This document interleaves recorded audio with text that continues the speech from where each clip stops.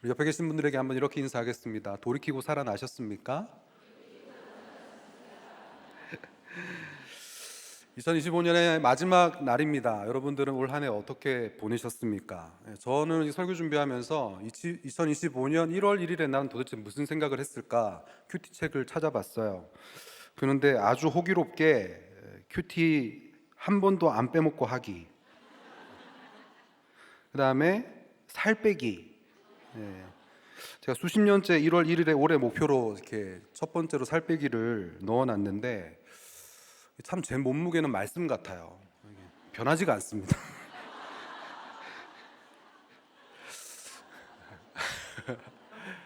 아, 빠진 것 같아요? 아유, 믿음의 눈을 보시면 다 빠져 보이는 거예요. 저희 사역자들 중에 이제 서로를 바라보면서 안심하는 사역자들이 좀 있거든요. 그런데 작년에 우리 최대규 목사님이 살을 갑자기 엄청 빼신 거예요. 저희는 상당히 배신감을 느끼고 제가 그때부터 이제 우리 최대규 목사님의 요요를 위해서 기도했습니다.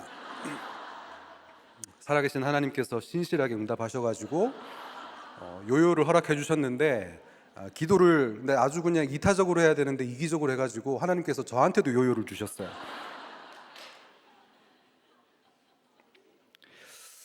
뭐 올 한해 생각해 보면 좋은 일도 있으셨겠고 기쁜 일도 있으셨겠습니다만 또 생각하기도 싫을 만큼 또 괴롭고 아픈 일도 많았던 한 해일 수도 있지 않을까 생각해 봤습니다. 우리가 이 땅을 살아가면서 참 알아야 될 게 많아요. 하다못해서 이렇게 물건을 사도 사용법을 알아야 쓸 수가 있잖아요. 인생을 살아가면서 알아야 할 것이 너무 많아서 우리는 부지기수로 애를 쓰면서 배우고 또 배우려고 합니다. 근데 알아야 하는 것보다 어쩌면 더 중요한 게 있는 것 같아요. 그거는 하나님이 알게 하시는 게 아닐까. 공부를 하고 연구를 해서 알게 되는 것도 분명히 있지만 또 그것만으로도 깨닫지 못하는 것도 분명히 있습니다. 그것을 깨닫게 하시려고 하나님께서는 이 땅에서 우리에게 고난도 주시고 사건도 주시고 또 누구에게도 드러내고 싶지 않았던 수치도 허락하십니다. 겪은 만큼 알게 되고 깨진 만큼 깨닫게 되는 것이 있기 때문입니다. 오늘 본문은 아덴이라는 곳에서 복음을 전하는 이 바울의 모습을 기록하고 있어요.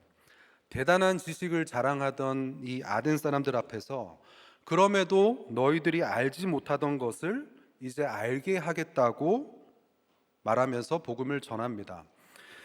뭐 지식 대결을 하겠다는 게 아니에요. 많은 것을 알아도 정작 알아야 할 것은 모르고 있는 너희들에게 하나님께서 알게 해주시기를 간절히 바라는 마음으로 바울은 자신의 삶을 담아서 전했을 것입니다. 오늘 말씀을 통해서 우리로 하여금 알게 하시고자 하는 것은 무엇인지 함께 나누었으면 좋겠습니다. 첫 번째로 우리로 알게 하시는 것은 애통함으로 격분해야 한다는 것입니다. 16절 함께 읽겠습니다. 시작. 바울이 아덴에서 그들을 기다리다가 그 성에 우상이 가득한 것을 보고 마음에 격분하여. 17장 앞에 배경을 보면요, 바울이 계속해서 복음을 전하는 이 전도 여행을 다니는데 빌립보에서는 감옥에 갇혔어요. 그리고 데살로니가에서는 폭동이 일어났습니다. 그 다음에 베레아에서는 그 말씀을 듣고 상고하는 대단한 사람들이 있었음에도 불구하고 유대인들이 선동하는 바람에 바울이 급하게 오늘 아덴으로 피신해 왔어요. 바울은 가는 곳마다 이 반대를 경험했기 때문에 몸도 마음도 아주 지친 상태였을 겁니다. 아주 급하게 도망을 나왔던 터라 이제 혼자 이 아덴에서 실라와 디모데를 기다리고 있던 처지였어요. 이 바울 당시의 아덴, 지금으로 치면은 이 그리스의 아테네입니다. 당시에는 뭐 정치적으로나 군사적으로나 봤을 때 이미 로마의 정복을 당한 상태였기 때문에 뭐 전성기는 좀 지났다 이렇게 생각할 수 있지만 여전히 그 아덴은 철학과 학문과 예술과 교육 모든 문화의 중심지였습니다. 우리가 너무나도 잘 아는 뭐 소크라테스, 아리스토텔레스, 플라톤 이 사람들이 살았던 도시죠. 겉으로 보면은 인간 문명을 대표하는 화려찬란한 도시입니다. 그런데 동시에 그곳은 바울이 본 것처럼 우상이 가득한 도시였어요. 근데 그것을 보고 바울은 격분했습니다. 이 격분은 감정적인 격분이 아니에요. 목사님께서 설명해 주셨던 것처럼 우상 숭배 앞에서 하나님의 진노를 드러내는 격분이었습니다. 근데 우리 생각해 보면 우리는 그 우상이 많은 것을 보고 격분을 해야 되는데 세상의 아름다움만 보면서 감탄할 때가 얼마나 많은지 모릅니다. 제가 2주 전에 뉴질랜드의 코스타를 다녀왔어요. 거기서 이제 한 450명 정도 되는 청소년 아이들과 함께 말씀으로 수련회를 했습니다. 그래서 뭐 제 간증도 하고 또 우리들 교회 청소년 아이들의 간증도 나누고 또 우리들 교회 큐티에 대한 이야기도 나누면서 아주 은혜의 시간을 보냈어요. 이제 그 코스타가 다 마치고 난 다음에 하루 정도 같이 이렇게 가셨던 강사님들과 함께 그 뉴질랜드에 있는 오클랜드 좋은 곳을 이렇게 좀 구경시켜 주시겠다고 하셔서 이렇게 데려가 주셨어요. 근데 뉴질랜드가 너무 아름답더라고요. 가보신 분들은 아시겠지만 너무 아름다운 도시입니다. 구름의 나라라고 해요. 구름이 바로 눈 위에 떠 있어요. 그러니까 너무 아름다운 도시고 날씨도 너무 좋고 그리고 자연은 또 말할 것도 없이 너무나도 살고 싶다. 나 여기서 살고 싶다는 생각이 들 정도로 너무 좋은 곳이었어요. 그래서 제가 그렇게 이야기했어요. 와, 목사님, 저를 데려가 주셨던 목사님께, 와, 목사님 진짜 여기서 살고 싶네요. 여기가 천국인 것 같아요. 그랬더니 안내해 주시던 목사님이 이렇게 이야기합니다. 여기 사람들은 다 여유가 있어요. 그래서 간절함이 없습니다. 다 자기 소견대로 옳은 대로 살아갑니다. 그래서 복음을 전하기에는 너무 어려운 곳이에요. 이곳은 영적으로는 너무나도 광야 같은 곳인데 문제는 아름답다는 게 문제입니다. 그래서 뉴질랜드는 본인이 생각하셨을 때는 아름다운 광야 같다고 이야기하시더라고요. 겉으로 보기에는 너무 아름답고 대단한 곳이 오히려 우상이 가득한 곳일 수 있다는 생각을 할 수 있어야 합니다. 근데 우리도 세상을 너무 좋아하기 때문에 격분해야 할 것에 감탄해야 될 때가 얼마나 많은지 몰라요. 여러분들은 공부 잘하는 자식을 보면 우린 어떻게 이렇게 생각하십니까? 어떻게 나한테서 저런 자식이 나왔지? 감탄이 되지 않으세요? 그래서 하나님을 믿기 힘들겠다고 생각하면서 애통해하면서 격분하시는 분이 누가 있겠습니까? 말 안 듣고 사고 치는 자녀들을 보면 또 어떤 생각이 드십니까? 어떻게 나한테서 저런 새끼가 또 나왔지? 같은 말이지만 다른 뉘앙스로 우리는 감탄과 격분을 합니다. 부모인 나 때문에 수고한다고 여기면서 애통해하고 그래도 이 죄 때문에 이 고난 때문에 주님께로 돌아올 것을 기대하면서 오히려 감탄할 수 있어야 되는 게 구속사겠죠. 이 격분과 감탄도 이렇게 구속사로 할 수 있어야 되는데 그것이 참 어려운 것 같아요. 그러면 이제 격분을 했으면 이제 반응이 나타나야죠. 17절에 보면은 이 바울이 어떻게 반응을 합니까? 경건한 사람들과 장터에서 날마다 만나는 사람들과 변론했다고 해요. 여러분들은 격분하면 어떤 반응을 보이십니까? 험악한 말들을 쏟아내거나 밥상을 뒤엎거나 막 몸싸움을 하진 않으세요? 제가 결혼을 하고 처음으로 부부 목장에 갔는데 그 부부 목장에서 이렇게 밥을 맛있게 먹고 있었어요. 그런데 이제 뭐 이렇게 실랑이가 좀 벌어지더니 어떤 한 남자 집사님이 밥상을 엎어버리고 나가시는 거예요. 근데 그 김치찜이 너무 맛있었거든요. 저는 그 순간에도 김치찜 어떡하나 이 생각이 들었는데 그 김치찜 그게 다여가지고 더 먹지도 못하고 그래서 좀 너무 당황이 되는 거예요. 어떡하나 이분 이렇게 나가시는데 어떡하나. 근데 그 목자님은 전혀 요동하지 않으시고 그 밥상을 다시 하나씩 주섬주섬 이렇게 정리를 하시더니 그냥 다시 우리 밥 먹읍시다 그러시더라고요. 그래서 저는 속으로 야 어떡하나 저분 이렇게 교회 떠나시면 어떡하나 당장 나가서 붙들어야 되는 거 아닌가 그랬더니 이렇게 그 목사님께서 괜찮아요 다음 주에 또 오실 거예요 그러시더라고요.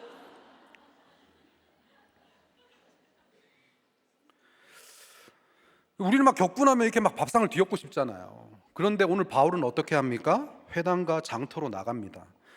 회당은 종교의 중심지였고 장터는 사람들이 오고 가는 일상의 자리였어요. 바울은 그곳에 싸움을 하러 간 것이 아니라 날마다 만나는 사람들과 변론했다고 해요.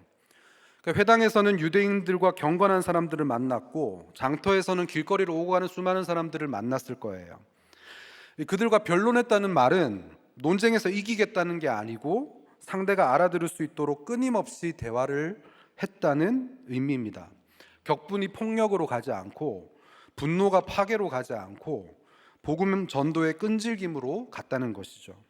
우상 숭배하던 아덴 사람들을 욕하는 것도 아니고 우상을 때려 부수지도 않았어요. 계속 사람을 만나서 이야기합니다. 이것이 성령의 격분이라고 목사님께서 이야기하셨어요. 그렇게 밥상을 뒤엎어버리고 목장을 뛰쳐나갔던 그 집사님을 어떻게 하는지를 봤더니 목장이 끝나고 난 다음부터 그 다음 목장이 되는 그 일주일 동안 그 목자님이 계속 찾아가시는 거예요. 그래서 또 험한 말도 들으시고 또 설득도 하시고, 그래서 그 다음 주에 어떻게 됐을까요? 그 목자님 말씀처럼 그분이 목장에 오셨어요. 그리고 아주 구속사적으로 김치찜을 또 먹었습니다. 18절에 보면은 이제 그렇게 만나다가 대단한 사람들을 만났습니다. 당시에 그 사상의 양대 산맥이라고 할 수 있었던 에피쿠로스 학파와 스토아 학파 철학자들을 만났어요. 이 에피쿠로스 철학자들은 어떤 사람들이냐면 고통을 싫어하는 사람이에요. 쾌락을 추구하는 사람들입니다. 죽으면 아무것도 할 수 없으니 살아있을 때 행복하자. 그러니까 요즘으로 치면은 욜로 라이프예요. 단 한 번뿐인 인생 즐겁게 살다 가자. 그 인생의 목적이 철저하게 어떤 사람들이에요? 행복인 사람들이죠. 반대로 이 스토아 철학자들은 이성주의자들이에요. 금욕주의자, 경건주의자들입니다. 육체를 부정합니다. 그리고 물질을 부정해요. 그래서 심지어는 자살까지도 선한 것이라고 가르쳤던 극단주의자들이었습니다. 이처럼 서로 양극단에 있던 사람들이고 또 라이벌이었겠죠. 서로가 추구하는 게 달랐기 때문에. 그런데 이 바리새인과 사두개인들이 예수님을 죽이는 것에 같은 마음이 됐던 것처럼, 그러니까 바울과 이 쟁론하는 것에는 대동단결했어요. 왜냐하면 바울이 전했던 이 부활의 복음은 에피쿠로스든 스토아든 다 반대하거든요. 부정하기 때문이에요. 여러분, 쾌락주의자들한테 부활이라는 것은 불편한 겁니다. 왜 그럴까요? 부활은 고난을 전제로 하잖아요. 고난이 싫기 때문에 부활을 인정하게 되면 고난이 의미가 생기잖아요. 그러니까 에피쿠로스 학파들은 이 부활을 받아들일 수가 없는 거죠. 스토아 철학자들은 부활이 너무나도 불합리한 거예요. 머리로 이해가 안 되잖아요. 이성주의자들인데. 그렇기 때문에 인정할 수가 없는 영역인 겁니다. 그래서 이들이 바울을 향해서 뭐라고 합니까? 말쟁이라고 그래요. 당시에 이 말쟁이란 말은 말 잘한다 이런 게 아니라 당시에 뭐 길거리에서 주워 들었던 말 가지고 짜깁기 해가지고 그냥 헛소리 하는 사람이다, 그런 말이에요. 그럼에도 바울은 멈추지 않고 전했습니다. 스스로 대단한 철학을 가지고 있다는 사람들, 시대의 사조를 이끄는 그 시대의 지성들 앞에서 이 바울이 얼마나 초라했을까요? 그런데 수치와 조롱을 당해도 복음을 전하는 사명의 길을 멈추지 않았어요. 그 어떤 지식보다 그리스도 예수를 아는 지식이 가장 고상하다는 것을 이 바울은 알았기 때문에 전하고 또 전했던 것입니다. 19절 20절을 보면은 그래도 이 아덴 사람들이 상당히 교양 있어 보입니다. 배운 사람들이니까. 그래서 뭐라고 하냐면 이 새로운 가르침이 무엇인지 우리가 알 수 있겠느냐. 그리고 20절에 보니까 네가 어떤 이상한 것을 우리에게 들려줬다. 그러니까 상당히 매너 있어 보여요. 교양 있어 보여요. 우리가 복음을 전할 때 그러시겠어요? 한번 이야기해 보시겠어요? 그러면 우리는 그래도 이 사람은 들을 귀가 있네 이렇게 생각하고 싶잖아요. 그런데 실은 어떤 거예요? 그렇게 교양이 있지만, 매너가 있지만 그래도 들을 마음이 없다는 거예요. 오히려 더 복음이 전하기 어려운 사람이 이들일 수 있습니다. 그래서 이 바울을 어디로 끌고 갑니까? 아레오바고라는 곳으로 끌고 가요. 이 아레오바고라는 것의 뜻은 전쟁의 언덕이란 뜻입니다. 그러니까 아덴의 최고의 재판장이었어요. 종교와 사상과 문화를 판단하는 자리입니다. 그곳으로 바울은 붙들려 갔습니다.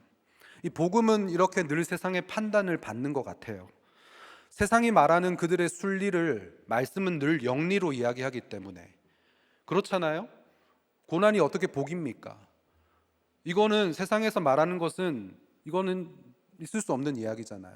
그런데 복음은 늘 항상 세상의 순리를 영리로 이야기하기 때문에 불편한 것이죠. 그래서 세상에 늘 판단을 받습니다. 그런데 오늘 이 사도 바울은 이 아덴 사람들을 어떻게 이야기하냐면 21절에 보니까 새로운 것을 말하고 듣는 것 이외에는 달리 시간을 쓰지 않는 사람들이라고 딱 기록해 놨어요. 뭐 에피쿠로스든 스토아든 각자가 정의는 달랐지만 결국은 인생의 목적은 행복이라는 사람들이에요. 그런데 그렇게 행복이라고 말하는 사람들의 이야기를 들어오다가 그게 아니라 거룩이라는 것을 처음 이야기하는 바울의 이야기를 들었을 때 이 아덴 사람들에게는 지적인 궁금증이 생겼을 겁니다. 그런데 딱 거기까지예요. 아덴 사람들은 늘 새로운 것을 말하고 듣는 것에 혈안이 되어 있었던 사람들이에요. 어제 진리를 들었어도 금방 시시해집니다. 계속 새로운 것을 찾아보고 싶은 것이죠. 여러분, 지성인들은 반복을 싫어한다고 해요. 지성인이 안 돼봐서 잘 모르겠는데 그렇다고 합니다. 늘 새로운 것을 말하고 늘 새로운 것을 들어야 되는데 이 똑같은 것을 반복하는 게 자존심이 상한다는 거예요. 내 능력이 거기까지다. 나는 거기까지밖에 생각을 못하는구나. 이렇게 생각하면서 기분 나빠한다고 합니다. 근데 여러분, 우리는 말씀을 어떻게 봐야 됩니까? 날마다 반복해서 봐야 돼요. 같은 말씀도 보고 또 보고 계속 봐야 됩니다. 세상 사람들이 보기에는 이게 얼마나 미련한 일입니까? 배운 사람들이 보기에는 이게 얼마나 식상한 일입니까? 세상은 늘 새로운 학문을 탐구해요. 늘 새로운 사상을 구합니다. 늘 새로운 자극을 찾아요. 그런데 복음은요, 새로운 것이 아니라 철저히 반복이에요. 그래서 우리는 말씀 묵상을 반복적으로 해야 되고 매일매일 큐티를 반복적으로 해야 됩니다. 반복적으로 예배를 드리고 반복적으로 목장을 참석해야 돼요. 매일 똑같은 일상, 제자리 걸음을 하는 것 같아도 그 삶을 잘 살아내면 나선형 계단처럼 어느 순간 내가 저 위에 올라가 있다는 것을 깨닫게 된다고 목사님께서 말씀하셨어요. 맨날 좀 똑같은 얘기 좀 그만해라. 교회에서 맨날 똑같은 이야기 한다. 그런 분들은 아덴 사람들일 가능성이 아주 높아요. 다른 사람 얘기가 아니고 저도 그렇더라고요. 저도 맨날 똑같은 죄 이야기, 고난 이야기, 공황장애 이제 얘기 그만 좀 했으면 좋겠고, 돈 때문에 치디받은 얘기 좀 그만했으면 좋겠고, 그러니까 간증을 하는 게 힘들어지더라고요. 나도 좀 좋은 이야기 하고 싶고, 나도 좀 좋은 모델로 좀 소개가 되고 싶고, 안 된다, 못한다 이런 말 아니고 잘 된다, 잘한다 그런 걸로 인생을 정의하고 싶은 욕구가 늘 있으니까 제 안에 평안이 없었어요. 그러니까요, 제가 그런 게 어떻게 가는 줄 아세요? 중독으로 빠지더라고요. 늘 새로운 것에 혈안이 되어 있어요. 새로운 핸드폰, 새로운 전자기기가 나오면 눈이 돌아가요. 새로운 아이템이 나오면 그걸 막 제가 검색을 하고 있어요. 그렇게 내가 막 장착을 하는 걸로 나는 스스로 괜찮은 사람이라고 위로하고 싶은 욕구가 있는 겁니다. 그래서 아내 몰래 카드를 갖다 쓰고 그 카드값 메꾸려고 대출을 받고 그게 드러나서 치리까지 받았죠. 지금 생각해보면 저는 뭐 지성인까지는 아니고 조금 수준이 낮은 아덴 사람이 아니었을까. 아덴 사람 일처럼 끊임없이 새로운 것을 추구하고 또 알려고 했지만 결코 안심하지 못했습니다. 그래서 그 두려움의 문제가 해결되지가 못하는 거예요. 자신이 알고 있는 것이 진리가 아닐 수도 있다고 생각하면 얼마나 두렵겠습니까? 근데 그 두려움은 두려움으로 끝나지 않아요. 항상 중독으로 빠지게 되어 있습니다. 아테네라는 도시에 왜 우상이 가득했을까요? 결국 그들이 자랑하는 철학과 사상과 모든 문화가 이 진리의 복음이 아니라 무지와 두려움의 기반을 두고 있었기 때문에 우상이 많아질 수밖에 없었던 거예요. 적용 질문 드리겠습니다. 여러분, 요즘 격분해야 될 것에 감탄하고 있지는 않으세요? 애통함이 아니라 혈기로 격분하고 있지는 않습니까? 아덴 사람처럼 늘 새로운 것을 찾느라 분주하지는 않으십니까? 두 번째로 우리로 알게 하시는 것은 우리가 하나님의 소생이라는 것입니다. 22절, 23절을 보니까 바울이 이렇게 이야기해요. 아덴 사람들아, 너희를 보니 범사에 종교심이 많도다. 진리를 그렇게 추구하려고 하고 배우고 싶어하고 알려고 하는 그 사람들의 실상은 범사에 종교심이 많은 거라고 바울은 간파해요.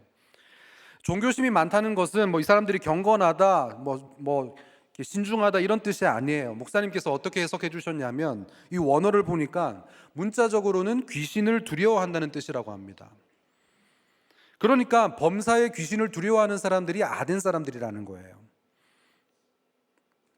늘 새로운 것을 추구하고 잘난 척하고 그런 대단한 철학자들의 중심에는 뭐가 있다고요? 귀신에 대한 두려움이 숨어 있다는 거예요. 이미 수많은 신들을 섬기면서도 그럴듯한 신이 새로 등장할 때마다 신상과 제단을 만들어서 섬기고 심지어는 내가 혹시 빠뜨린 신이 있진 않을까? 그러면서 두려워하면서 심지어는 알지 못하는 신들에게 바치는 제단까지 만들었다고 해요. 모든 신을 다 섬겨도 불안한 겁니다. 아는 것이 힘인데 모르는 것이 생기면 그 힘이 없어지는 거니까 두려워하면서 끊임없이 탐구하는 거예요. 그러니까 마음에 평안이 없습니다.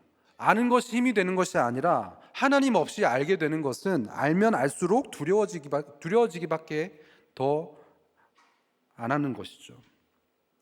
높은 곳에 있는 사람들은 떨어질까 봐 두렵고, 가진 사람들은 잃어버릴까 봐 두렵고, 있는 사람들은 없어질까 봐 두렵습니다. 그런 사람들에게 바울은 뭐라고 하나요? 22절에 보니까 너희가 알지 못하고 위하는 그것을 내가 너희에게 알게 하리라, 그렇게 이야기합니다. 너희에게 새로운 지식을 가르쳐 주겠다, 그런 뜻이 아니에요. 더 높은 지식을 너희에게 알려주겠다, 그 말이 아닙니다. 너희의 그 두려움을 끝내는 이 진리를 알려주겠다고 이야기하는 거예요. 그러면서 어떻게 합니까? 24절부터 27절까지를 보면은 먼저 24절에 만물을 지으신 성부 하나님에 대해서 이야기해요. 그 다음에 26절에 보면 연대를 정하시고 경계를 한정하셔서 이 땅의 여인의 자궁으로 점 하나로 낮아지신 성자 예수님을 이야기합니다. 그리고 25절에 성령 하나님이 효과적으로 도우셔서 27절에 하나님을 더듬어 찾게 하신다고 이렇게 설명을 합니다. 삼위일체를 이 아덴 사람들이 알아들을 수 있는 언어로 스토아 학파의 사상을 이용을 해서 설명을 해요. 당대에 가장 유명했던 세네카라는 사람의 명문장을 인용하면서까지 이 청중의 관심을 불러일으켜 가면서 설득을 합니다. 가말리엘의 문화에서 배웠던 이 바울의 엘리트의 저력이 드러나는 순간이에요. 그 사람의 눈높이에서 복음을 전하는 것이 중요합니다. 영혼 구원이 목적이 되면 그것이 저절로 되는 것이 있다고 하셨어요. 각자 인생이 다르기 때문에 그 인생의 언어를 공감해야 하는 것이죠. 근데 그렇게 그런 언어로 말하기 위해서는 낮아짐이 필요하고 자기 부인도 필요한 것입니다. 겪어본 만큼 공감을 할 수 있어요. 여러분, 지식으로 말할 것 같으면 바울만큼 열심히였던 사람, 많이 배웠던 사람도 없었어요. 그러니까 바울은 이 에피쿠로스 스토아 철학자들의 심리를 정확하게 알고 있는 거예요. 내가 그랬으니까. 그래서 그들의 언어로 그들의 지적인 욕구까지 충족시켜 줘 가면서 복음을 설명하는 겁니다. 제가 청소년기 때 방황을 해봤기 때문에 청소년들, 방황하는 아이들을 보면 그 마음을 알 것 같아요. 겉으로는 사고를 치고 행동은 막 엄청 커도 그 안에는 두려움이 있고 불안함이 있습니다. 그래서 단지 행동이 바뀌는 게 아니라 왜 바뀌어야 되는지 동기가 더 중요해요. 그래서 난리를 치고 사고를 쳐도 어떻게든 교회에 나오게 하고 큐페를 가게 하는 것이 중요해요. 그 안에 예수님이 들어가는 것이 더 중요하기 때문입니다. 코로나 이전에 전국 청소년 큐티 페스티벌을 했던 적이 있습니다. 그때 이제 우리들 교회 청소년들뿐만이 아니라 다른 그 교회 청소년들도 저희가 초대를 해서 등록을 받아서 캠프를 했어요.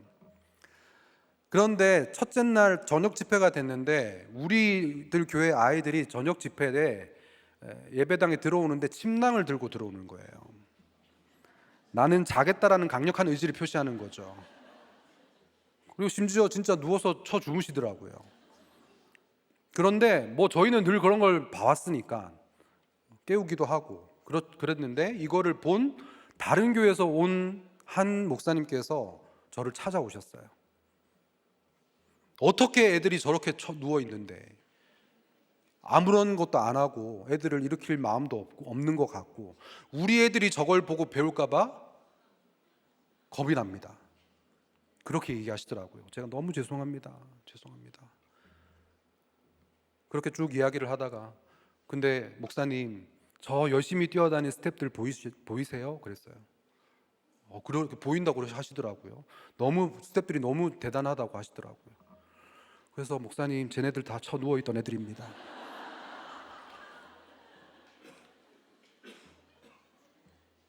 그분이 되게 민망해 하셨어요. 그래서 조금만 기다려 주시면 안 되겠습니까? 쟤네들이 또 어떻게 예수님 만나서 변할지 모르잖아요. 알겠다고 하면서 돌아가셨어요. 또 예전에 제가 청소년 사역을 할 때 담배를 피는 애들이 있었어요. 뭐 알죠. 그런 마음이 왜 없겠습니까? 그래서 어떤 애가 근데 진짜 찾아왔어. 저한테 그렇게 얘기를 했어요. 자기는 담배 피는 것 때문에 담배를 꼭 펴야 되기 때문에 저는 큐페를 못 가겠다는 거예요.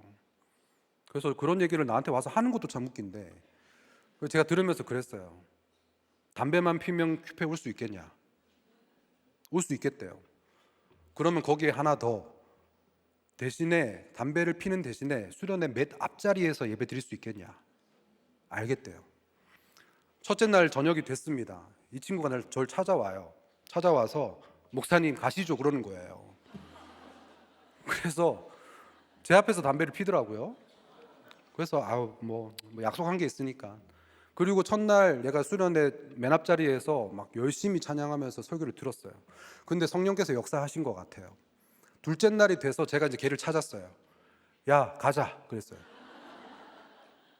근데 안 가겠다는 거예요. 그래서 야 왜? 자기 좀 이렇게 조금 이제 좀 마음이 그렇대요. 그래서 근데 알잖아요. 저도 담배를 펴봤으니까 야 그게 마음대로 쉽게 되는 게 아니야. 그냥 목사님 앞에 있을 테니까 피고 들어가서 또 예배하면서 또 회개할 거 회개하자. 예수님 만나자. 그랬어요. 안 피겠다는 거예요. 그림이 좀 이상하더라고요. 목사님 담배 피라 그러고 얘는 안 피겠다 그러고 그림이 좀 이상했어요. 근데 결국은 그날 얘가 담배를 안 폈어요. 그리고 둘째 날 얘가 하나님을 만났어요. 지금 얘가 청년부에 있습니다. 진짜 그런 것 같아요. 여러분 우리가 가르치기만 하면 열매가 없잖아요. 제가 어떤 교회에서 이렇게 좀 청소년 설교를 해달라고 하면서 어떤 그 장로님께서 저한테 그런 얘기를 하시더라고요.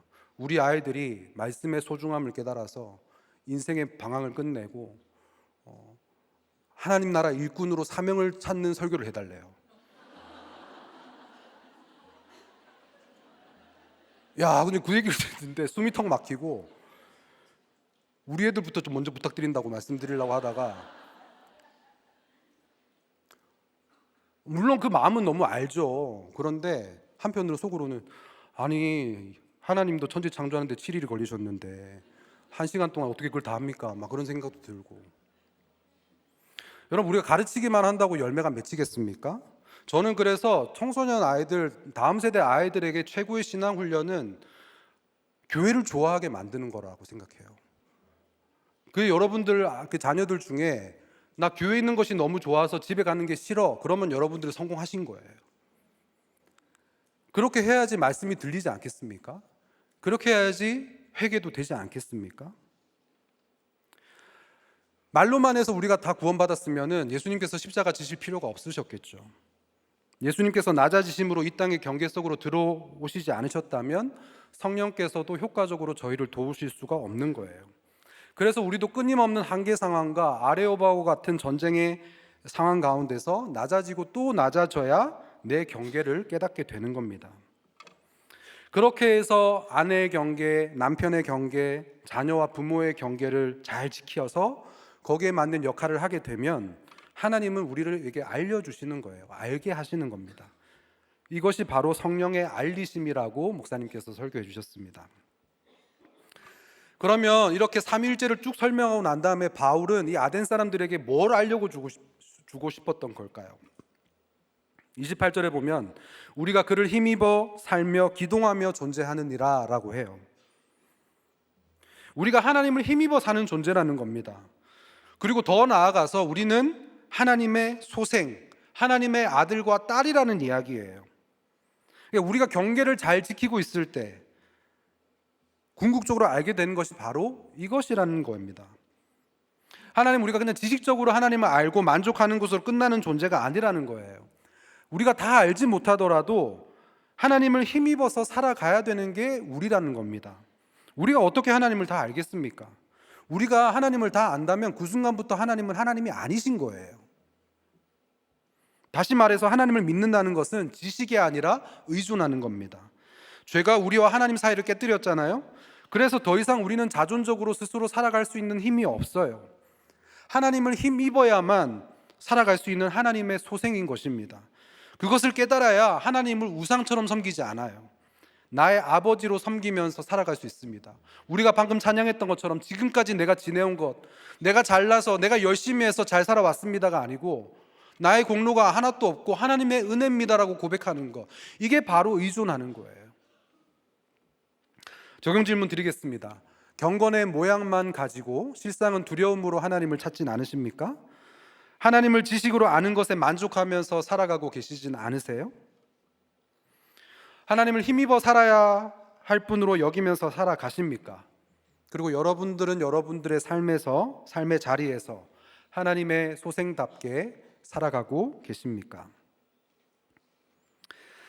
마지막으로 세 번째로 우리로 알게 하시는 것은 회개로 복음이 전해져야 한다는 것입니다. 30절, 31절을 보면 먼저 30절에 알지 못하던 시대에는 하나님이 간과하셨거니와 이제는 어디든지 사람에게 다 명하사 회개하라 하셨으니. 여러분, 바울은 하나님을 몰랐던, 예수님을 알지 못했던 시대에는 자신이 하나님의 소생인지 몰랐던 사람입니다. 그러면서도 대단한 열심으로 예수 믿는 사람을 잔멸하는 것에 혈안이 되어서 혈기가 등등해서 다녔던 사람이죠. 그런데 여러분, 그것을 오늘 바울이 어떻게 표현하냐면 그것을 하나님이 간과하셨다고 해요. 한글 표현이 조금 아쉬운데 이거는 그냥 넘어갔다는 이야기가 아닙니다.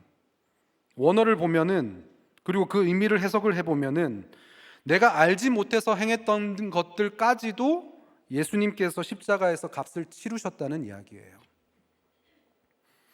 이것을 아는 사람은 어떻게 될까요? 회개하게 됩니다. 나의 무지함과 교만 때문에 예수님이 십자가에 죽으신 것을 알게 되면 더 이상 내가 안다, 내가 가졌다, 내가 말할 수 있다, 이런 게 없어지게 되는 거예요. 그리고 이 예수의 죽으심과 부활의 복음을 들었다면 아덴 사람들에게 바울 그 자체가 증거가 되는 거죠. 우리의 회개의 간증이 명백한 증거가 되어서 또 다른 사람에게 회개를 불러일으키게 되는 것입니다. 우리가 매주일마다 성도님들이 나와서 간증하시는 것도, 우리 청소년 아이들이 나와서 간증하는 것도, 그 뜨거운 여름에 TT를 가셔서 여러분들이 그 곳곳에 가셔서 간증을 전하시는 것도 왜요? 우리의 회개의 간증이 증거가 되기 때문이에요. 그래서 회개는 전해지는 것입니다. 그런데 32절, 33절을 보면은 이 말씀을 들어도 누군가는 조롱을 했다고 하고 누군가는 바울의 말을 다시 듣겠다고 해요. 그런데 실상은 둘 다 믿기를 거부하는 것과 똑같습니다.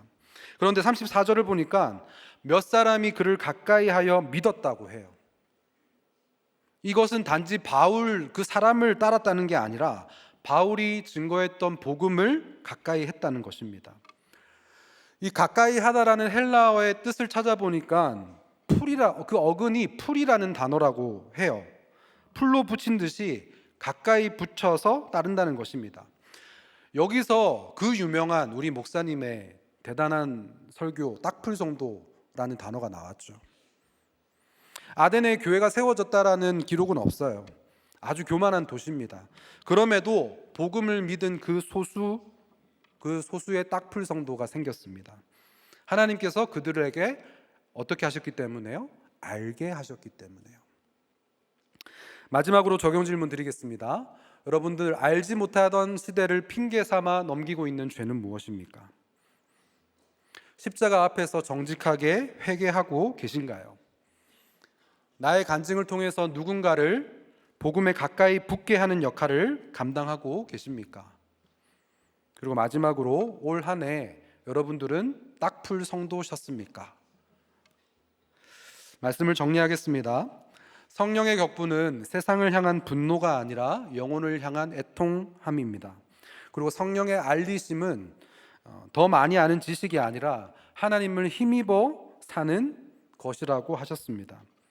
그리고 그 모든 결론은 결국 회개를 통해서 복음이 전해지는 삶이 되어야 하는 것이에요. 바울이 전한 복음 앞에서 소수였지만 몇 사람은 가까이 하면서 믿었다고 했습니다. 오늘 하나님은 말씀에 딱불처럼 붙어있는 한 사람을 찾고 계십니다. 2025년 마지막 날 한 해를 돌아보면서 말씀과 공동체에 붙어있게 하신 하나님께 감사를 드리고, 혹여라도 올 한 해 내가 그러지 못했다면 이제 다가오는 새해는 정말 이 말씀과 공동체에 딱풀 성도로 붙어 있겠노라 결단하는 저와 여러분이 되시기를 주님의 이름으로 축원합니다. 기도하겠습니다. 하나님, 2025년의 마지막 날에 저희를 말씀 앞에 세워주셔서 감사합니다. 한 해를 돌아보니 격분해야 할 자리에서 감탄하고 애통해야 할 영혼 앞에서는 무관심했던 저희들의 모습이 있진 않나 돌아보게 됩니다. 우상이 가득한 세상 속에서 바울처럼 마음에 격분하기보다는 세상의 아름다움과 성공과 새 것에 더 마음을 빼앗겼던 것을 회개합니다. 경건의 모양은 있지만 실상은 두려움으로 하나님을 찾았던 우리의 종교심을 용서하여 주시고, 하나님을 지식으로만 알고 힘입어 살지 못했던 교만을 내려놓을 수 있게 도와주시옵소서. 우리가 스스로 설 수 있는 존재가 아니라 하나님을 힘입어 살아야 할 하나님의 소생임을 다시 깨닫게 도와주시옵소서. 알지 못하던 시대에 우리의 죄를 관가하신 것이 아니라 십자가에서 값을 치르셨다는 것을 기억하길 원합니다. 우리의 무지와 교만과 숨기고 싶었던 수치까지도 주님 앞에 내려놓고 정직하게 회개할 수 있도록 도와주시옵소서. 말씀에 딱풀처럼 붙어있는 한 사람이 되게 하여 주시옵소서. 올 한 해 붙어있지 못했던 자리를 용서하여 주시고, 다가오는 새해에는 어떤 상황에서도 말씀과 공동체에 끝까지 붙어있는 딱풀 성도로 살 수 있도록 도와주시옵소서. 계속해서 말씀 전하실 고미영 초원님에게도 성령의 기름을 부어 주시옵소서. 예수 그리스도의 이름으로 기도드립니다. 아멘. 엄마들은 처음에 아기 낳을 때 아무것도 모르고 뭔지 모르고 애를 낳잖아요. 근데 이제 두 번째 애를 낳을 때 너무 두렵고 떨리고 무섭잖아요. 지금 제 심정이 그렇습니다. 두 번째 수요 예배 쓰는데 지금이 더 떨리는 것 같아요. 남덕사 고미영 초원지기입니다. 보통 마덕사, 마누라 덕분에 사는 사람, 즉 남편들에게 이런 표현을 하는 걸 많이 들어보셨을 거예요. 그런데 남덕사는 생소하시죠? 저희 남편이 저보러 남덕사라고, 남편 덕분에 사는 사람이라고 본인이 바람 피워서 간증할 게 있고 우리들 교회 초원지기까지 됐다고 하더라고요. 맞는 말이긴 한데 정말 씁쓸합니다. 아낀다고 모텔 파우치까지 모아서 집에 가져왔던 사람이 할 얘기는 아닌 것 같은데, 오늘 저의 간증을 들으시면 저희 남편 얘기가 조금 이해가는 부분이 있을 거라는 생각이 듭니다. 오늘 말씀에 사도 바울이 우상이 가득하고 교양이 넘쳐서 복음이 들어갈 틈이 없는 아덴을 보고 애통해야 하는 성령의 격분으로 최선을 다해 최고의 말씀을 전합니다. 하지만 저는 정반대로 분노와 생색이 올라와서 가족이 구원과 멀어지게 하는 건 물론이고 저도 죽을 뻔한 사건을 오늘 말씀을 통해 묵상해 보았습니다. 그것을 알게 하리라. 첫째는 성령의 격분에는 영혼의 애통함이 있다는 걸 알아야 합니다. 바울은 문화적으로 너무나도 선진이었던 아덴에 우상이 가득한 것을 보고 구약의 우상 숭배한 유다 백성들 죄 때문에 애통한 마음으로 진노하셨던 하나님처럼 거룩한 분노로 격분했다고 합니다. 그래서 복음으로 마음에 불붙은 바울은 날마다 나가서 만나는 사람들에게 말씀을 전합니다. 작년 5월 목회자 세미나가 한참 있을 때 일입니다. 목회자 세미나를 줄여서 목세라고 하겠습니다. 저는 그때 목세 세미나를 돕는 스텝으로 모든 목세의 가정을 참석하고 있었습니다. 목세 둘째 날 아침 일찍 나갔다가 저녁 시간이 다 되어 집에 들어왔는데 남편이 한 카톡 문자를 보며 흥분하는 모습을 보게 됐습니다. 처음에는 이유를 모르고 씻고 나왔는데 그때까지 진정되지 않고 아까 전보다 더 상기된 남편의 모습에 왜 그러냐고 이유를 물었습니다. 평소 수행 불안이 있어서 지금도 부부 목장이나 긴장되는 자리에 가면 꼭 안정제를 먹는 남편인데 이제는 부부 목장 초원별로 지방의 미자립교회 사역을 돕는 TT를 간다고 하네. 여름과 겨울에 청년과 장년들이 자원해서 해외나 지방으로 가는 아울리치 프로그램이 있는데 왜 또다시 새로운 프로그램을 만들어서 이제는 목자들도 거진 참여해야 하냐고 하면서 투덜댔습니다. 오늘 말씀의 사도 바울은 철학과 교양의 도시 아덴 사람들에게 그들이 좋아하는 시인들의 말을 인용해 눈높이에 맞춰 그들의 상식에 맞는 말을 써서 복음을 전했다고 합니다. 저의 남편은 불안이 큰 사람으로 모든 일의 시작을 두려워하고 반드시 해야 하는 일은 미리미리 준비해 놔야지 마음이 편한 사람인 걸 저는 누구보다 잘 알고 있었습니다. 하지만 그날 남편을 안정시키고 남편의 눈높이에 맞춰서 설명해 주고 싶지 않았습니다. 몇 해 전 바람 사건으로 우리 가정이 산산조각 날 뻔한 것을 교회와 공동체 덕분에 살아난 게 얼마 지나지도 않아 이제는 이 인간이 교회 사역에 토를 달며 말로 죄를 짓는구나 하는 판단과 분노가 올라왔습니다. 지금 올라오는 화는 교회와 사역을 위한 합당한 분노라 생각하며 당신이 그동안 교회 사역에 도움이 된 게 뭐가 있어? 70 넘으신 담임 목사님은 몸도 사리지 않고 피토하시며 한 영혼이라도 구원으로 인도하시려 온몸을 던지시고 온 교회가 그 일에 동참하는데 당신은 도와주지 못할 망정 어떻게 사역을 방해하는 말만 하는 거야 하면서 크게 소리 질렀습니다. 남편은 너무 당황했는지 아니 그게 아니고 하면서 당신이 피곤한 것 같으니 우선 들어가서 쉬는 게 좋겠다며 저를 진정시키며 안방으로 들여보냈습니다. 저는 침대에 누워서 그래 나는 성령의 격분으로 해야 할 말을 했어 합리화를 하며 화를 가라앉히고 있었습니다. 더 안 변하는 사람이 교양 있는 아덴 사람이라 하는데 평소에는 믿음 있는 착한 아내인 척 교양은 다 떨어놓고 나는 교회 일을 돕고 왔는데 당신은 교회를 위해 하는 게 뭐냐며 남편에게 온갖 생색으로 분노를 쏟아 부었습니다. 성령의 격분을 잘못 이해하면 함부로 말하고 정죄하고 판단하고 오해하고 가르치는 것이 우리의 모습이라고 하는데 정말 저의 모습이 그리했습니다. 한 영혼을 살리는 것이 최고의 목적임을 알아야 그 영혼을 위해 끊임없이 애타는 관심을 가지고 고민하고 분별하며 기다릴 수 있다고 하는데 저는 조금의 인내와 기다림 없이 그동안 내 속의 남편을 판단, 정죄했던 생각들이 입으로 튀어나와서 그 자리에서 혈기로 남편을 단칼에 베고 말았습니다. 그것을 알게 하리라 두 번째는 우리가 하나님의 소생임을 알아야 합니다. 아덴 사람들은 자기들이 미처 알지 못한 신이 있을까 하는 두려움은 결국 돌과 신상을 우상 숭배하는 일이었습니다. 그런 아덴 사람들에게 사도 바울은 이제는 두렵게 하는 알미 아닌 평안하게 하는 바른 알무로 우리가 하나님의 소생임을 전합니다. 침대에 누워서 가만히 생각해 보니 온종일 교회에 있다가 와서 남편에게 혈기 부린 게 은혜가 안 되겠다는 찔림이 올라왔습니다. 회개는 아니었습니다. 남편은 오랫동안 목에 후종인대 골화증이라는 병을 앓고 있어 신경차단 시술도 해보고 인대 강화 주사도 여러 번 맞았지만 통증이 사라지지 않아 결국 생벌에 침을 맞으면서 목에 통증을 견디고 있었습니다. 그날 밤 화내서 미안하다는 말 대신 며칠 전부터 부탁한 벌침을 놔줘야겠다고 마음먹고 다시 일어나 남편에게로 갔습니다. 참고로 이것은 아무나 따라하시면 안 되는 시술입니다. 남편은 벌침 알레르기 검사를 다 받았고요. 저 역시 벌침 놓는 것을 배워서 오랫동안 했던 일이라 가능한 것입니다.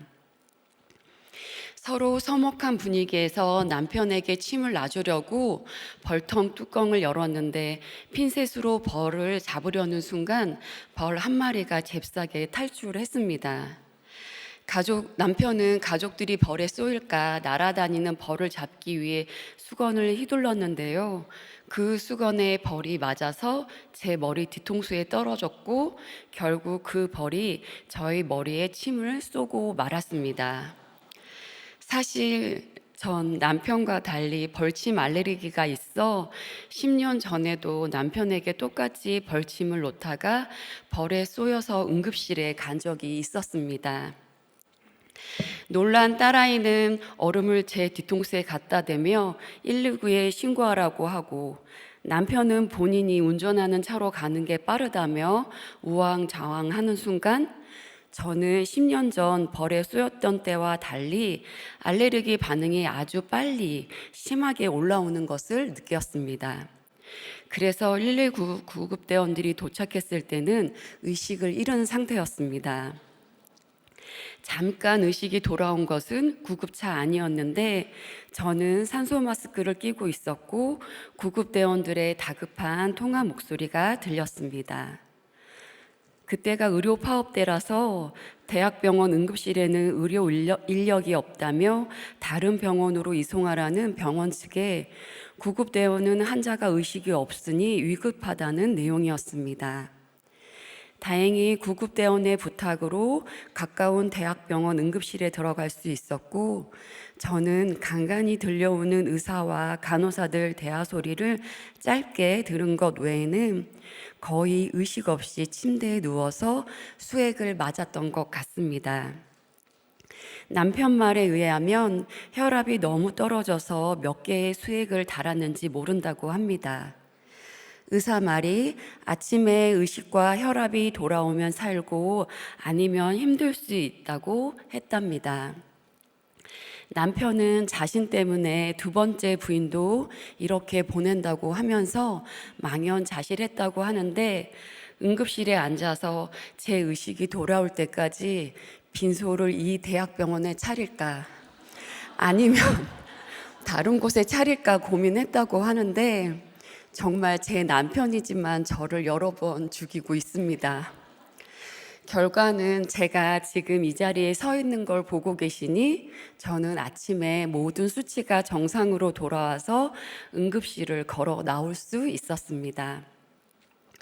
그리고 그날 집에 돌아온 남편은 벌을 다 놓아주고 벌침 대신 열심히 운동하고 있습니다.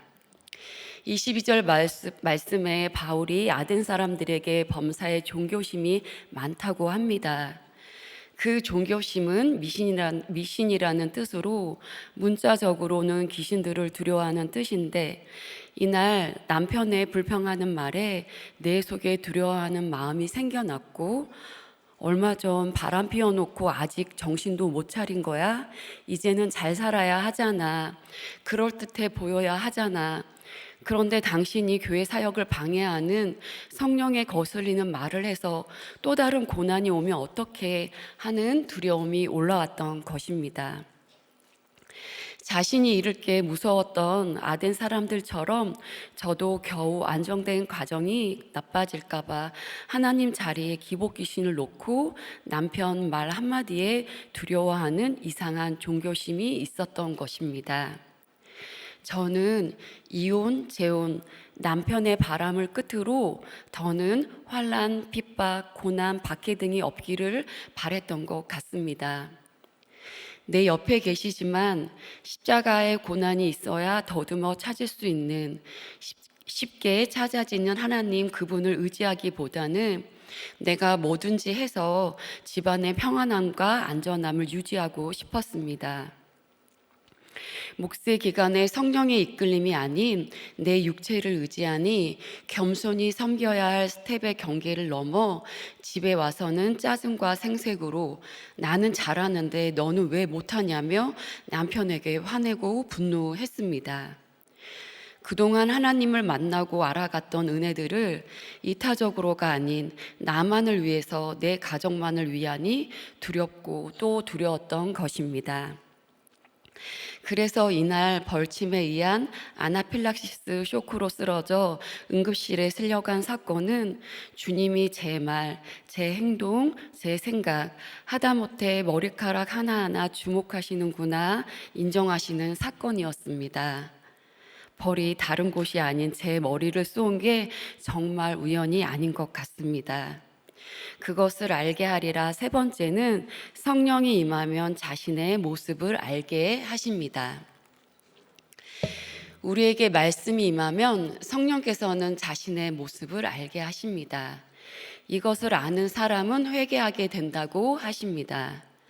하지만 아덴 사람들은 그렇게 미신을 숭배하면서도 도리어 바울을 미신 같아 보인다고 조롱합니다. 오늘이 올해의 마지막 날인데요. 혹시 올해 표를 다들 기억하시나요? 네, 옆에 있는데 돌이켜 살찌니라 에스겔 18장 32절입니다. 하나님은 한 사람이 예수를 믿어 돌이켜 살아나는 것을 가장 기뻐하신다고 합니다. 저희 남편은 단순해서 말이나 행동으로 보이는 죄를 쉽게 짓는 사람이고 저는 음흉해서 마음속으로 많은 죄를 짓는 사람입니다. 죄는 생각부터 들어온다고 하는데 저는 생각으로 마음속으로 남편보다 더 많은 죄를 지었으면서 보이는 죄를 지은 남편이 혐오스럽다고 정죄했습니다. 보이는 죄가 너무 확실해서 회개가 빠르고 잘 되는 남편과 반대로 생각과 마음으로 나만 아는 죄라서 회개가 안 되고 회개할 생각이 없다면 과연 누가 문제일까요? 네, 바로 제가 문제죠. 남편은 너무도 보이는 죄로 몇 해 전에는 바람 사건이 드러나서 공동체에서 회개하고 날마다 자기 죄를 목장에 나누며 가고 있습니다. 그러니 적용도 잘하고 있습니다. 기억하실지 모르지만 저희 남편이 자신은 돈을 갖고 있으면 아까 음란의 유혹을 끊을 수 없다며 바람 사건이 드러난 후에 공동체에서 위로와 말씀으로 해석받고 저에게 모든 부동산 명의와 통장을 넘겨주었다고 제가 작년 수요 예배 때 간증한 적이 있지요. 그리고 남편은 지금까지 꾸준히 정신과 치료를 받고 있고 요즘에는 저보러 교회에 편하게 갔다 오라고 집안일을 많이 도와주고 있습니다. 예전에는 네 새끼 네 돈으로 키워 하면서 학원비도 잘 안 줬던 재혼하면서 제가 데리고 온 딸아이의 짜증과 온갖 잔소리를 남편은 다 받아내기도 하고요. 주일 예배 때는 딸이 예배에 늦지 않도록 차를 태워서 꼭 같이 교회까지 동행합니다. 이렇게 남편의 회개 후의 모습은 너무도 확실히 달라졌습니다. 하지만 저는 그동안 모든 것이 남편 탓이었기에 제대로 된 회개도 적용도 없다는 게 이번에 말씀을 준비하면서 깨달아졌습니다. 제가 한 적용이 없으니 정말 나눠줄 게 없더라고요.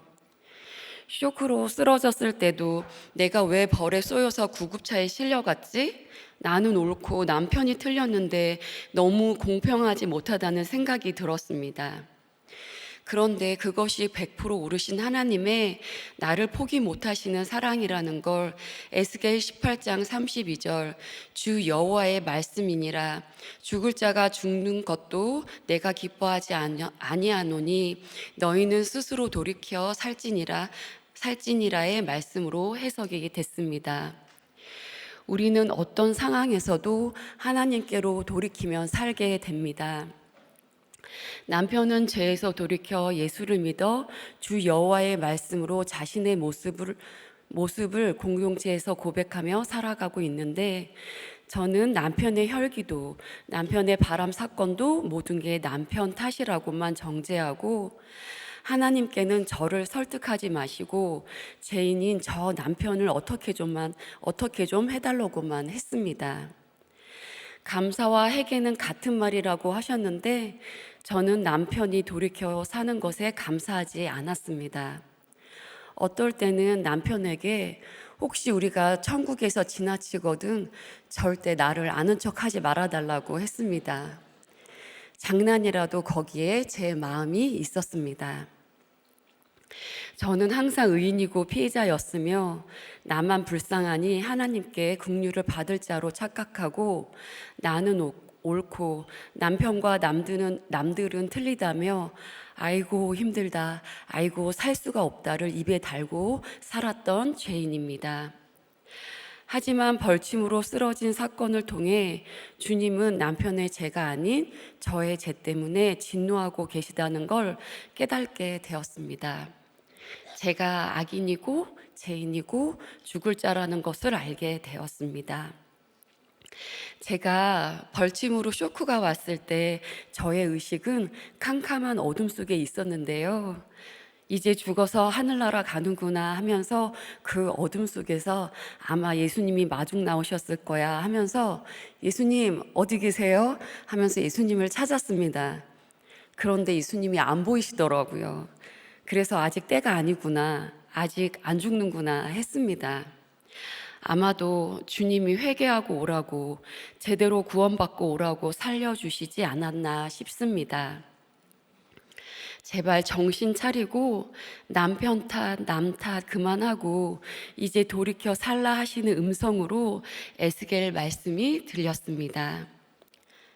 최근 제가 갱년기라서 잠을 쉽게 못 드는데요. 주일 아침이나 목장이 있는 날 제가 일찍 일어나지 못하고 피곤해하면 남편은 제 귀에 대고 이렇게 얘기합니다. 안식월 하기 전에는 70 넘으신 목사님은 주일 하루에 설교를 3번이나 하시고 남자 초원 목자 모임에 사역자 회의까지 참석하시는데 이제 겨우 50 넘은 당신은 잠도 이기지 못하면 어떡하냐 이렇게 합니다. 네, 저는 당해도 쌉니다. 남편은 작년에 이어 올해도 TT 사역을 은혜롭게 다녀왔습니다. 그리고 동네 어르신들에게 줄 선물은 직접 만져보고 사야 한다며 올여름 너무 더웠잖아요. 그런데 동대문 시장을 여러 번 다녀왔습니다. 이런 남편을 보면 저보다 훨씬 하나님이 기뻐하시는 자라는 생각이 듭니다. 말씀을 맺겠습니다. 그것을 알게 하리라. 성령의 격분은 영혼의 애통함이 있다는 것을 알아야 합니다. 우리가 하나님의 소생임을 성령을 통해 바르게 알아서 상대방이 아닌 내 자신이 얼마나 큰 죄인인 줄 알고 나 때문에 예수 그리스도께서 십자가 지심을 믿어야 합니다. 기도 드리시겠습니다.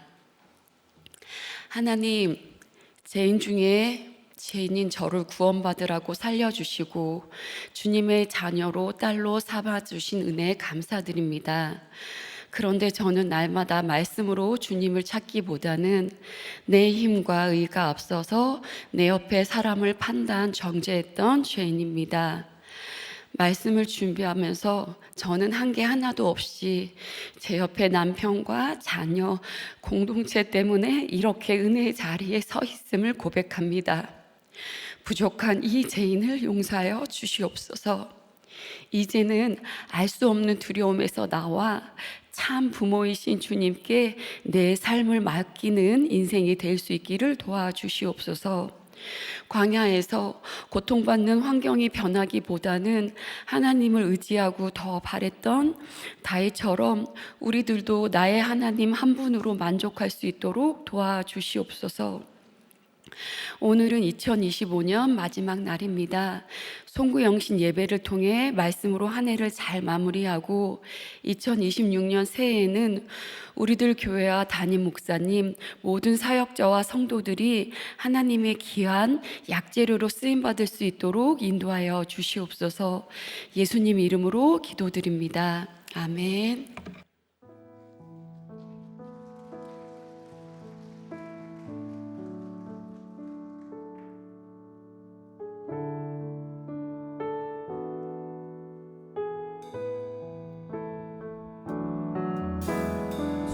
주님 다시 오실 때까지 나는 이 길을 가리라.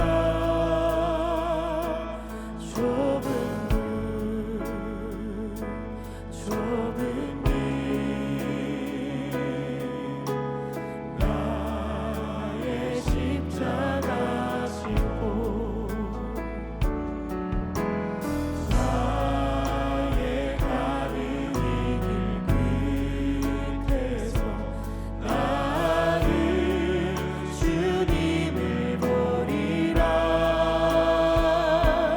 영광의 내 주님 나를 맞아주시니 주님 다시 오실 때까지 나는 일어나 달려가리라. 주의 영광 온 땅 덮을 때 나는 일어나 노래하리. 내 사모하는 주님 온 세상 구주시라.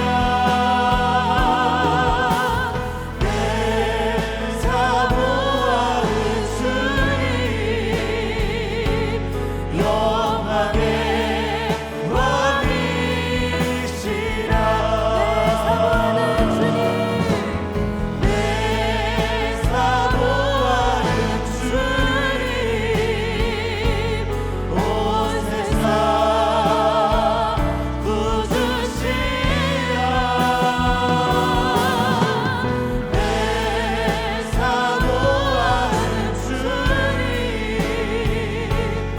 영광의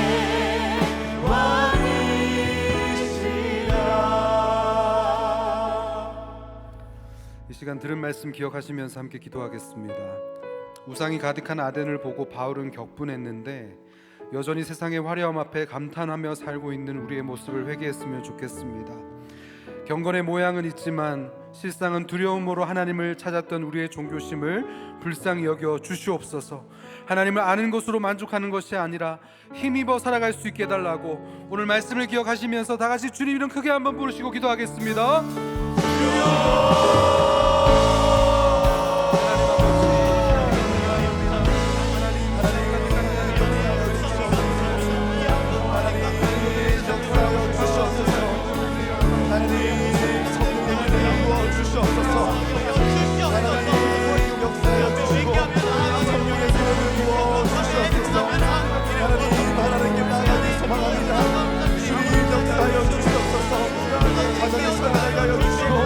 말씀을 통하여서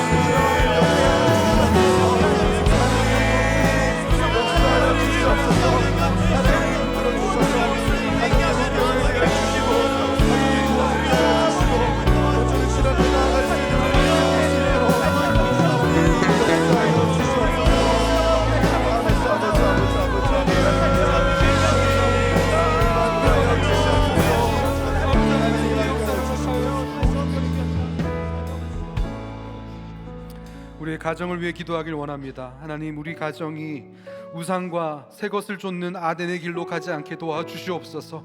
날마다 말씀을 반복해서 묵상함으로 살아나는 가정이 되게 도와주시옵소서. 부부가 서로의 경계를 지키며 사랑의 언어와 복종의 언어를 쓰게 도와주시고, 자녀에게는 회개의 본을 보여서 회개의 간증이 끊이지 않는 가정이 되게 도와주시옵소서. 누구 한 사람이 아니라 나 한 사람의 회개를 통해서 우리의 온 가정이 살아나는 은혜를 허락하여 주시옵소서. 다 같이 주님 이름 크게 부르고 기도하겠습니다.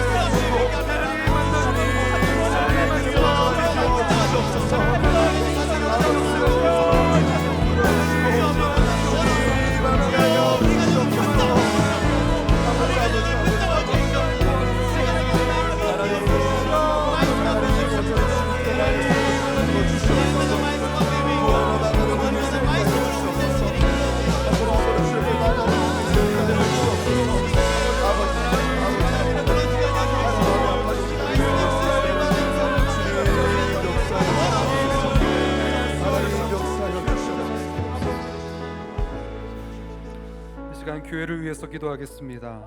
이 땅의 교회가 하나님의 소생으로서, 하나님의 아들과 딸로서 하나님을 힘입어 사는 믿음의 공동체가 되게 하여 주시옵소서. 특별히 우리들 교회를 위해 기도합니다. 우리 담임 목사님의 모든 문서 사역과 방송 사역, 그리고 집회 사역 가운데 기름 부어 주셔서 곳곳에 말씀의 씨앗이 심기게 하시고 성령의 열매가 맺힐 수 있도록 도와주시옵소서. 생명의 말씀으로 살아나는 역사가 일어나게 도와주시옵소서. 해외 띵크트립과 모든 부서의 겨울 사역과 그리고 새롭게 편성될 목장 가운데 하나님 구원의 열매가 주렁주렁 맺힐 수 있도록 도와주시옵소서. 생명을 낳고 생명을 살리는 역사가 곳곳에 일어나게 도와주시옵소서. 다 같이 주님 이름 크게 부르고 기도하겠습니다.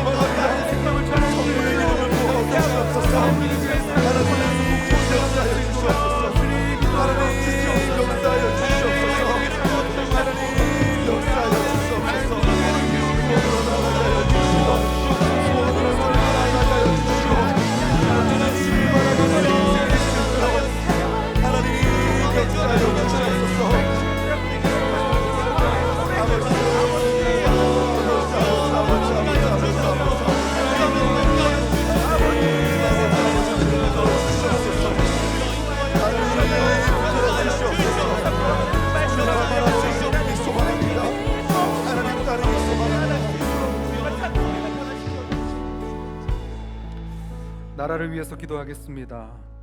이 나라가 또 이 시대가 지성의 도시 아덴처럼 많은 것을 아는 것 같지만 실상은 두려움으로 가득한 시대임을 깨닫길 원합니다. 늘 새 것을 찾고 새로운 자극과 쾌락의 우상을 붙들면서 거룩이 아니라 행복을 외치는 풍조 속에 생명과 가정과 거룩의 가치가 무너지고 있습니다. 주여, 위정자들에게 지혜를 주시되 거짓과 선동이 아니라 공의와 진실로 나라를 이끌게 도와주시옵소서. 죄는 미워하되 사람을 살리는 애통을 배우게 하시고 무엇보다 이 땅에 회개가 일어나게 역사하여 주시옵소서. 낙태법과 차별금지법, 창조질서를 거스르는 수많은 악법들을 막아주시고 옳고 그름이 아니라 생명을 선택하는 이 나라가 되게 하여 주시옵소서. 다 같이 간절한 마음으로 주의 이름 크게 부르고 기도하겠습니다. 주여.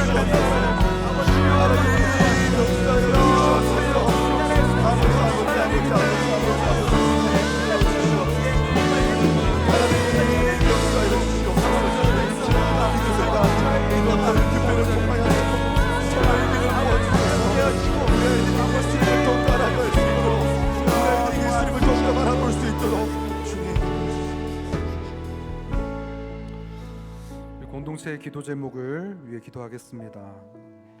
자세한 내용은 우리 화면을 참조하시면서 보시면서 기도하시면 좋겠습니다. 차수정 집사님의 남편, 정은혜 집사님의 아들, 유광복 집사님의 아들, 박정식 집사님, 임경아 집사님, 이혜승 집사님, 김종미 집사님의 여동생, 안지엽 집사님의 부친, 유재명 집사님의 딸, 박예진 집사님의 시부, 광미순 집사님, 신지혜 집사님의 시부, 이혜영 집사님의 시모, 또 이나은 집사님, 서민정 집사님의 모친, 최한나 집사님의 딸, 문사래 집사님 둘째 딸, 또 유경아 집사님의 아들, 이완순 집사님의 동서, 또 정남인 집사님, 조아라 집사님의 남편 위에서 같이 기도해 주시고, 이외에 우리 각자 아픈 곳에 손을 좀 얹으시고, 주여 우리를 불쌍히 여겨 주시옵소서.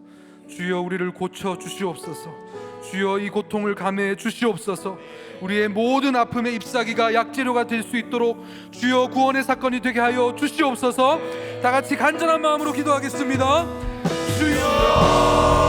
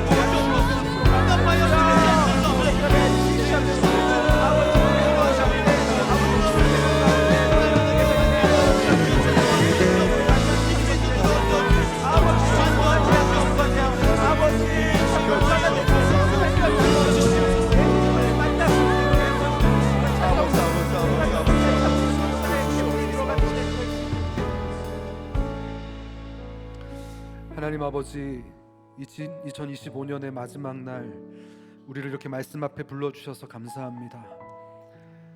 아덴 사람의 모습이 바로 저의 모습인 것을 고백합니다. 늘 새 것을 찾고 그것으로 두려움을 덮으려고 하고 반복되는 말씀은 지겨워합니다. 정작 가장 귀한 복음을 듣는 것은 미루고 싶습니다. 주여, 이런 교만을 회개하오니 주여 우리를 불쌍히 여겨 주시옵소서. 하나님, 우리가 하나님의 소생임을 다시 믿게 도와주시고 우리가 하나님을 다 알아서 사는 존재가 아니라 하나님을 힘입어 살며 기동하는 존재임을 깨닫게 하여 주시옵소서. 이제 어디든지 회개하라 명하신 말씀 앞에 우리가 숨기고 싶었던 수치와 죄를 십자가 앞에 내려놓습니다. 알지 못하던 시대에 행했던 죄까지도 예수님이 값을 치르셨음을 믿습니다. 회개한 우리의 삶이 말이 아니라 증거가 되게 하시고 우리의 간증을 통해서 누군가가 복음에 가까이 붙는 역사를 허락하여 주시옵소서. 하나님, 우리의 가정을 불쌍히 여겨 주시옵소서.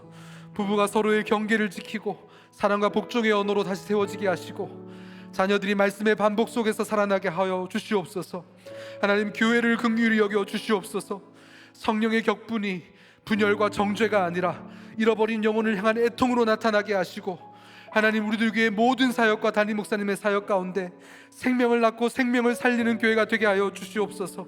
이 나라를 불쌍히 여겨주시되 지성의 이름으로 정말 두려움과 쾌락의 우상을 섬기는 시대 속에서 하나님, 회개의 붕을 일으켜 주시기를 간절히 기도합니다. 위정자들에게 공의와 진실의 지혜를 주시고 악한 법들은 막히게 하시고 생명과 가정과 창조 질서를 지키는 나라가 될 수 있도록 역사하여 주시옵소서. 하나님, 우리 공동체에 아프고 힘든 지체들이 많습니다. 주여, 이들을 기억하여 주시옵소서. 아픈 곳에 손을 놓고 간구할 때 주님, 우리를 불쌍히 여겨 주시옵소서. 고쳐 주시옵소서. 우리의 눈물을 눈물병에 담아주시고 상처와 질병까지도 약재료가 되어서 다른 이를 살리는 간증이 되는 구원의 사건이 되게 하여 주시옵소서. 죽을 병이 감사의 제목이 되게 하시고 절망이 구원의 통로가 되게 하여 주시옵소서. 2025년 여기까지 인도하신 은혜에 감사드립니다. 다가오는 새해에도 어떤 상황에서도 말씀과 공동체에 딱불처럼 붙어있는 한 사람이 되게 도와주시옵소서. 이제는 우리 주 예수 그리스도의 은혜와 하나님 아버지의 사랑과 성령님의 교통하심이 하나님을 힘입어 살기로 결단하며 하나님의 소생으로 살기를 원하는 이곳에 모인 주의 백성들 머리 위에, 이 땅의 주의 백성들 머리 위에 지금부터 영원히 함께 하시기를 간절히 축원하옵나이다. 아멘.